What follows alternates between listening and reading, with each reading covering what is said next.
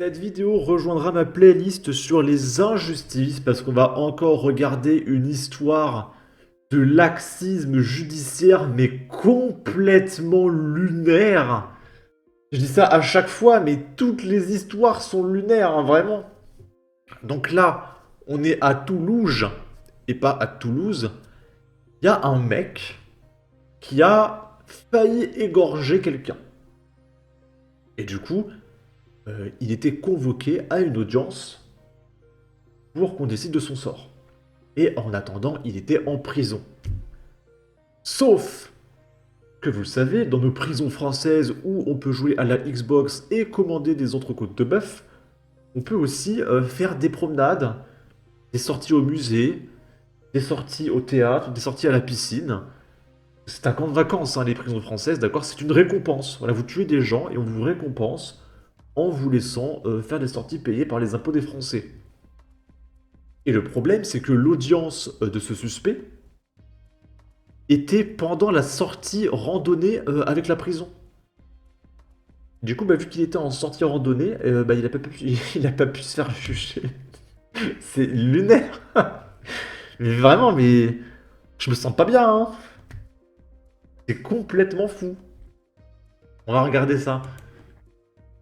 Les proches d'un lycéen de 16 ans agressé par un autre mineur le 19 janvier 2024 à Toulouse oscillent entre incompréhension et angoisse depuis que le jeune suspect ne s'est pas présenté à l'audience devant le juge pour enfants de Perpignan le 9 février dernier. Atterré, angoissé, révolté, scandalisé, la famille d'un adolescent agressé à l'arme blanche le 19 janvier ne compte plus les qualificatifs pour décrire sa désillusion. Le jour des faits, en fin d'après-midi, au cœur du lotissement tranquille Al-Hort à Toulouse, leur fils de 16 ans avait été secouru d'extrême justesse par un voisin. Le lycéen, qui raccompagnait une camarade de classe chez elle, avait reçu un coup de couteau par un autre jeune au niveau de la gorge, à proximité de la jugulaire. Une agression qui serait liée à une rivalité amoureuse. En 15 jours avant l'audience, on avait reçu une convocation.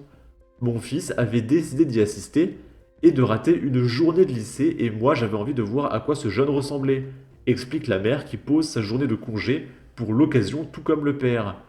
Le jour même, notre avocat nous avait prévenu que le procès allait être reporté, mais on n'avait pas encore le motif. Là, je sais juste que je dois me présenter. Quand j'arrive au palais de justice, des bruits courent comme quoi le jeune ne sera pas là. Et effectivement, on nous apprend qu'il n'est pas présent et que l'audience est renvoyée parce qu'il est parti en randonnée pour réfléchir à ce qu'il a fait. Dans un centre éducatif fermé, il est allé marcher pendant 15 jours. J'ai eu un moment de sidération. 15 jours, hein. Il est parti en randonnée pendant 15 jours. Dans une sortie promenade payée par vos impôts. 2 semaines de vacances, hein. Mais c'est trop bien les prisons françaises. C'est trop bien. Tu vas au cinéma, à la piscine, tu fais des randonnées pendant 2 semaines, mais c'est trop bien de tuer les gens, hein. C'est trop bien. Et tu m'étonnes que l'insécurité explose, les gens ils ont envie de partir en vacances. Parce que les Français n'ont plus de thunes. Donc vu que les Français n'ont plus de thunes, bah, leur seul moyen de partir en vacances, bah, c'est de tuer quelqu'un pour que les impôts des Français leur permettent de faire des petites sorties, voilà. C'est complètement fou, hein. Y a rien qui va dans ce pays, c'est de pire en pire. La randonnée permet de s'évader. Des têtes pensantes du ministère de la Justice sont vraiment persuadées que proposer une randonnée à un mineur placé dans un CEF pour une tentative d'égorgement lui permettra de devenir aussi doux qu'un agneau qui attend l'Aïd. Mais chaque jour, ce pays devient un sketch. On marche sur la tête dans ce pays. Je peux pas, monsieur le juge, j'ai sorti piscine. C'est fou, c'est fou, c'est fou. Ici, on est à Sainte-Gemme-sur-Loire, dans le 49. Il y a un radicalisé fiché S qui était en psychiatrie.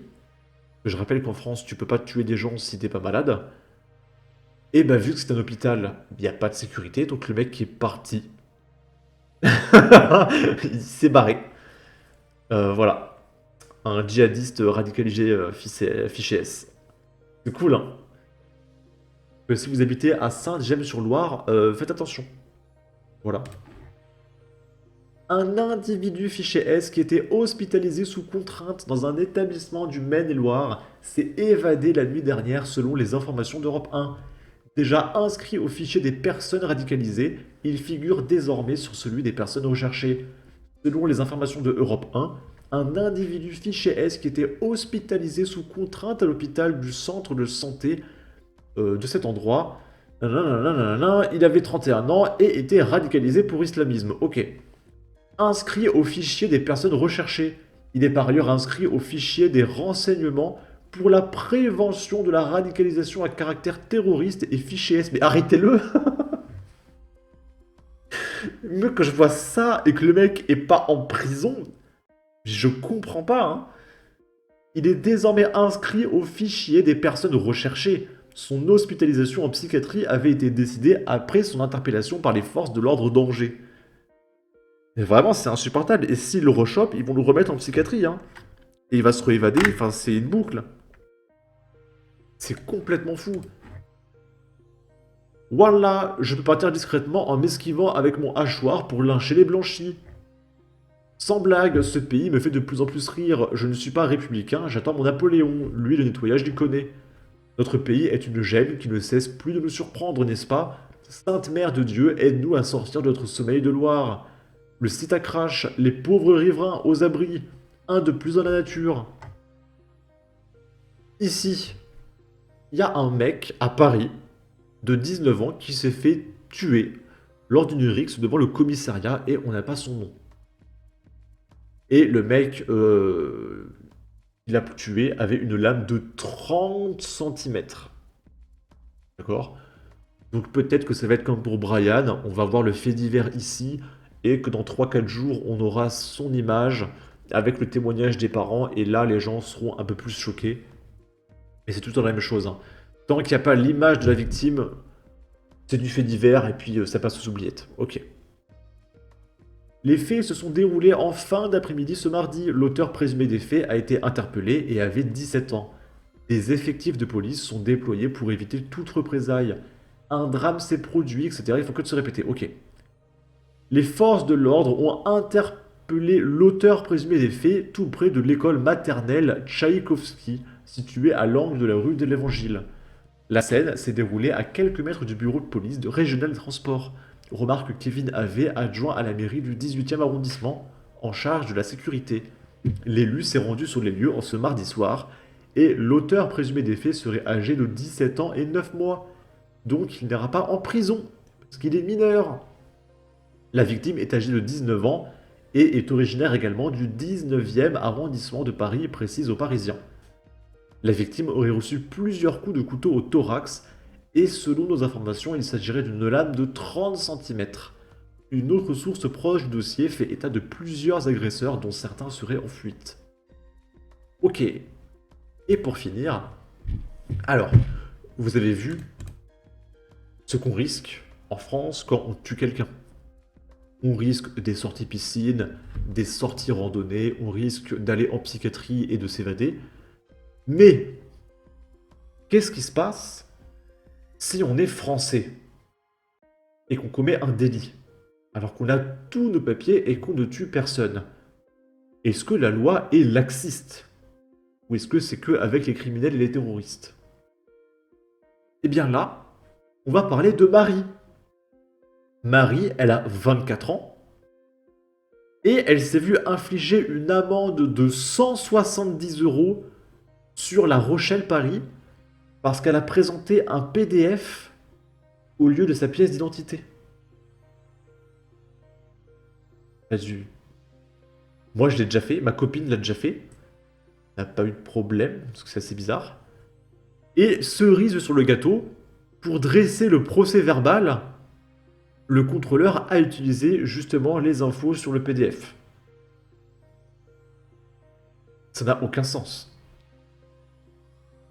Voilà, Marie avait ses papiers, on l'a emmerdée. Alors que si elle avait juste tué le contrôleur, on l'aurait relâché, puis elle aurait fait une petite sortie karting, et ça aurait bien fini. Voilà. Troisième tweet sur les contrôleurs en 1 heure. Le CM a une vengeance en cours. Pièce non valable. Next. Stop le SNCF bashing, vous n'avez rien d'autre à faire comme article, il n'y a pas plus important. Et je vous montre pas l'article parce que c'est parisien, donc comme d'hab, caché derrière un paywall. Et bref, voilà, c'est complètement fou. En tout cas, n'hésitez pas à donner votre avis, votre opinion, à partager, liker, commenter, ça aidera au référencement de la vidéo sur YouTube. Abonnez-vous, suivez-moi sur Twitter et à la prochaine pour de futures vidéos. Ciao!